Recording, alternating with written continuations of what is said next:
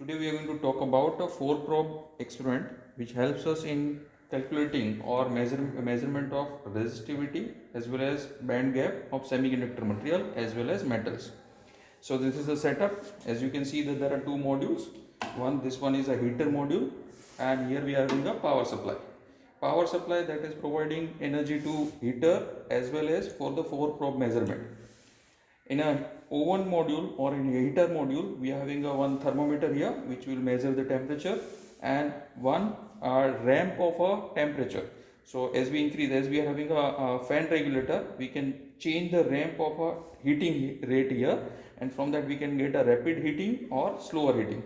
So that we can set according to our requirement.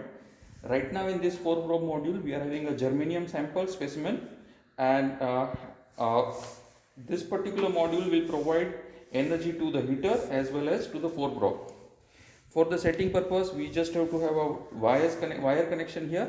So you can see the two wires here. These are the two input wires. Yeah, positive and negative you need to connect here, and then we are having on the other side current controlling constant current source. This device is behaving like a constant current source, and that's why we are having a two input for the 4 probe also.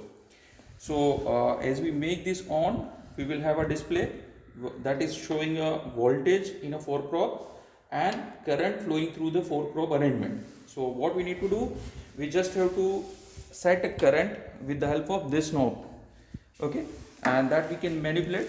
As you can see this, I can decrease and increase that value. Right now we have not started the heater, and we are just changing the current value, and we just have to set it at some constant value. So right now I'm putting it at 2 milliampere. Okay,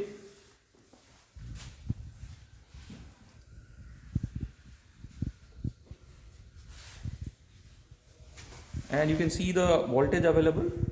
It's a 218 millivolt. That's a small voltage available. You can calculate the resistance right now also, but we need to take a range of observation, and for that purpose, with respect to temperature, we are going to observe all these things, and hence for that we are just starting the temperature. Right now temperature is in a mercury thermometer, and it's around 26 degrees Celsius. Okay, so I am just making it on. You can see the light will start glowing. Okay, now you will find the temperature in the thermometer that is increasing, and here the voltage is going to drop.